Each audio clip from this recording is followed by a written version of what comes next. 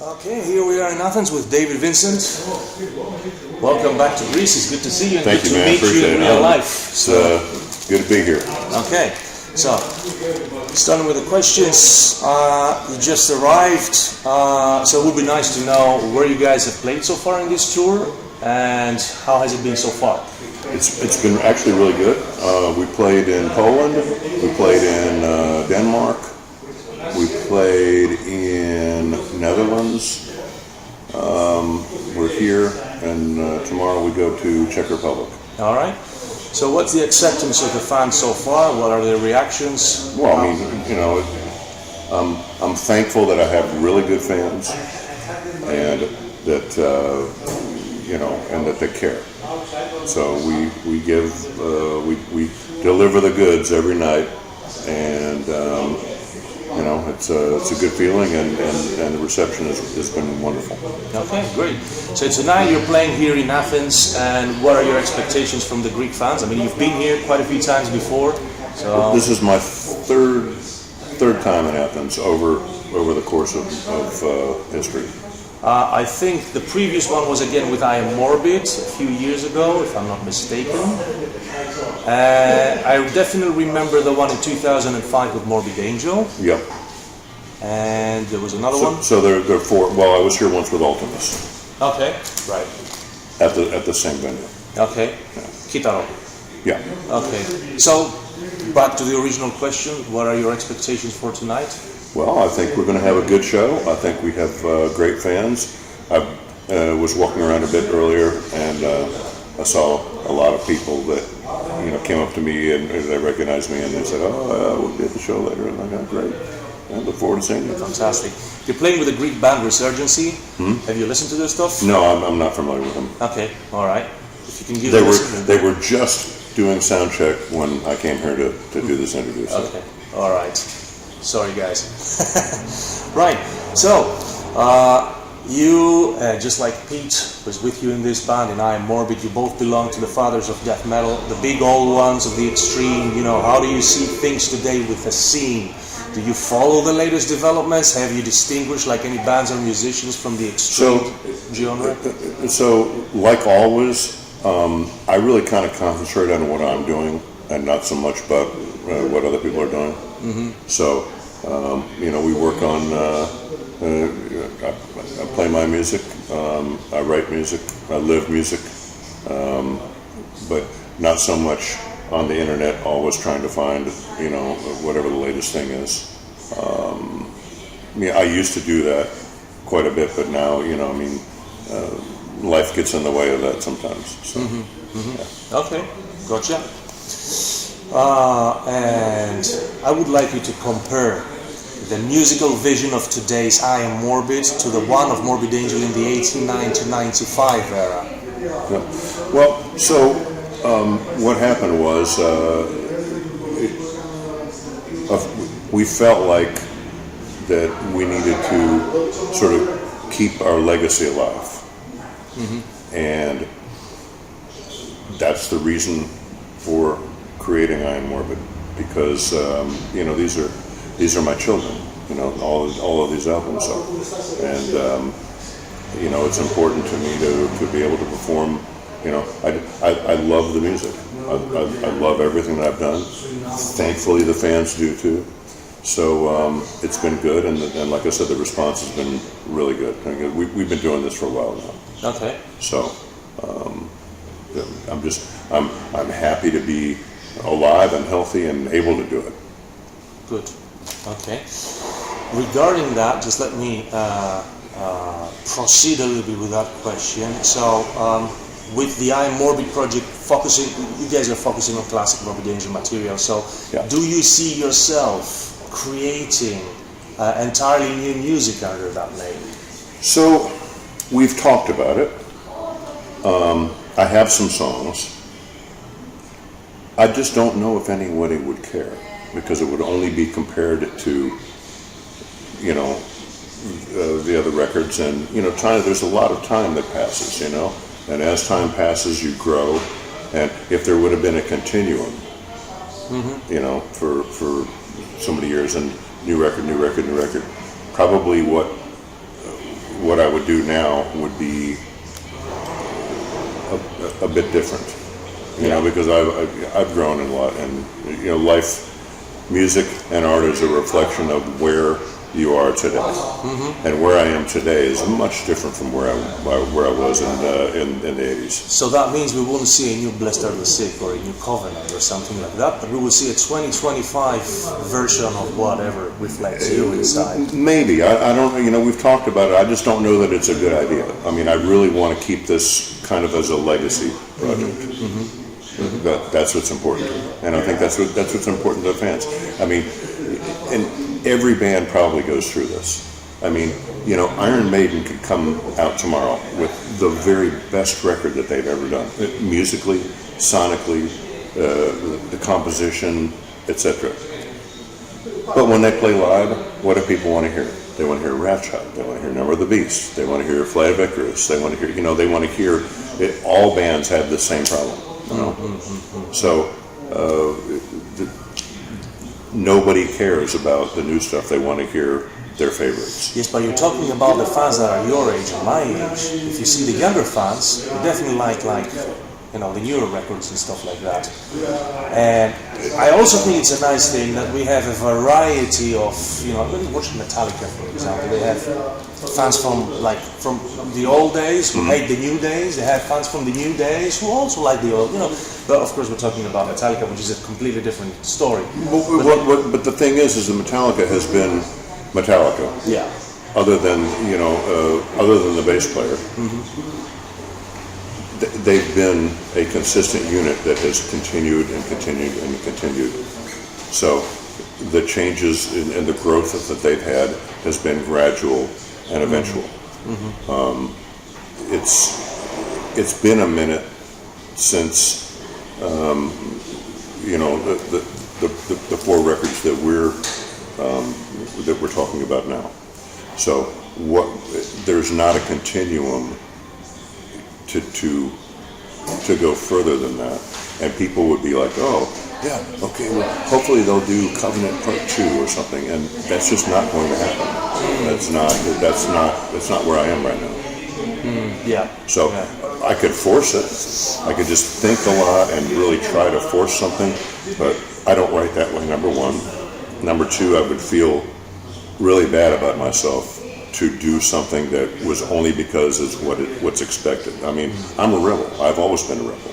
If somebody expects me to do something, that's a perfect reason not to do it. Yeah, that's my attitude. Yeah, I get you. Well, you can then test, and you will definitely, just like in every case, get positive and negative reactions. Sure. But you will have done what you would love to have done. It's going to be another record in our collection.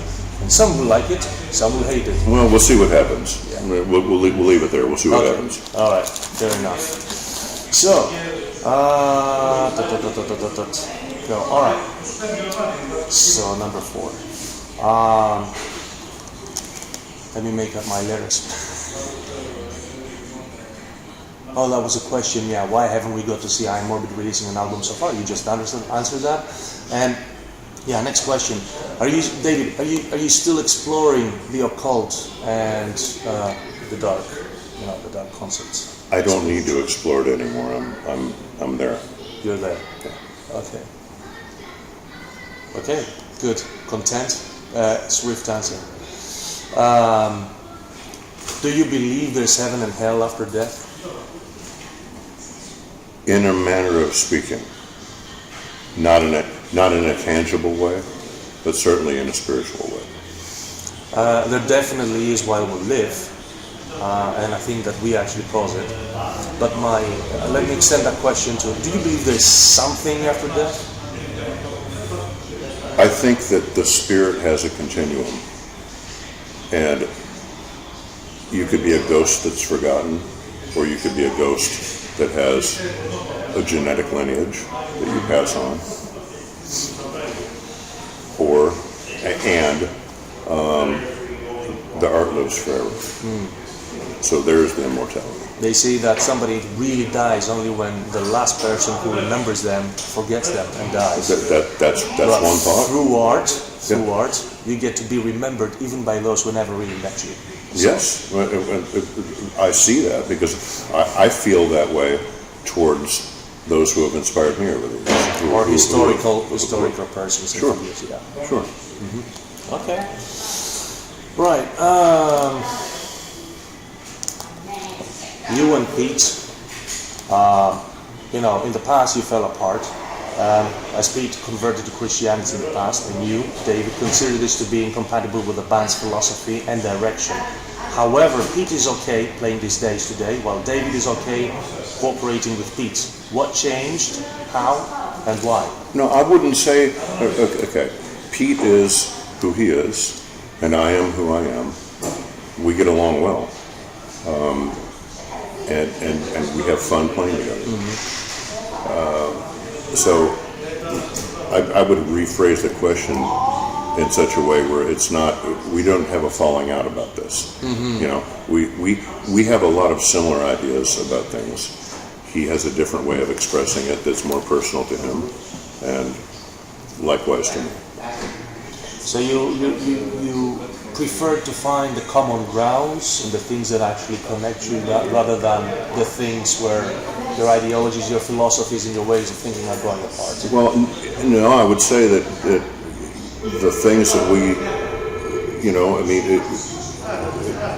Pete and I are both very passionate people, and we think the way that we do, and the way that we're going to about things, and whatever his beliefs are, his comfort level with his beliefs, if it makes him happy, and if it empowers him in whatever way that it may or may not do, then I support it 100%. Mm-hmm. We don't argue about things, if that's what you're asking. We don't have an argument about stuff, and I know where he's coming from. I used to in the past, I used to always get into these philosophical and religious arguments with people. Mm-hmm. And I thought to myself, what a waste of time. Are you happy? Do you feel like you're a good person? Yes, I do. Okay, so do I. So this is the best way to go forward, because people can argue about semantics all day long. Yeah. But the truth is I have no interest in trying to change someone's mind, and I can assure you that no one is going to change my mind. Mm-hmm. So there's no reason to even have a discussion about it. Okay. All right. Good. Latest news from the camp of Terrorizer. Where are we now? Well, we have some songs. Okay. It's in the first stages, but see what happens. I think everyone will be happy. All right. How many songs have we got? 10 so far. 10 so far. Okay. So we're talking about a new album to be expected around. You'll see it when you see it. I don't announce things. Okay. Until I don't talk about the bird in the bush. I only talk about the bird in the hand. Okay. Good. And then can I ask any questions regarding the direction of it, if it is different in what way, or what its concept is going to be? You can ask, but I won't answer. Okay. How about that? Fair enough. That's the answer you get. All right, so this is as far as we can go with information about new Terrorizer material. Regarding any plans to tour in 2025, or are we going to have anything else, or are we just in the creative process at the moment? Well, we do have a few Terrorizer shows this summer that we're doing in some festivals. But as far as a full-on tour, probably it would be after a new release. Okay. All right. Good. Right. I've asked this. This is for Peter. Let me just go further down. Right. Another question that I wanted to ask. Back in the 90s, we saw you on a TV show with Tupac. You remember that case? I do. And it was a delicate matter. I'm not going to go too much into it, but with the flight of time after 3 decades, do you feel still justified with the way the war has evolved and with your opinions in general? I mean, honestly, I really don't care. That was a stupid show to begin with, and the clips that you see of that show is not the show. It's clips that somebody could. I can't even find the entire thing. As it usually happens, so it's like a lot of cut in order to. As is anything. And so it was just one more stupid TV show. Okay. That's all I can say about that. Fair enough. Okay, and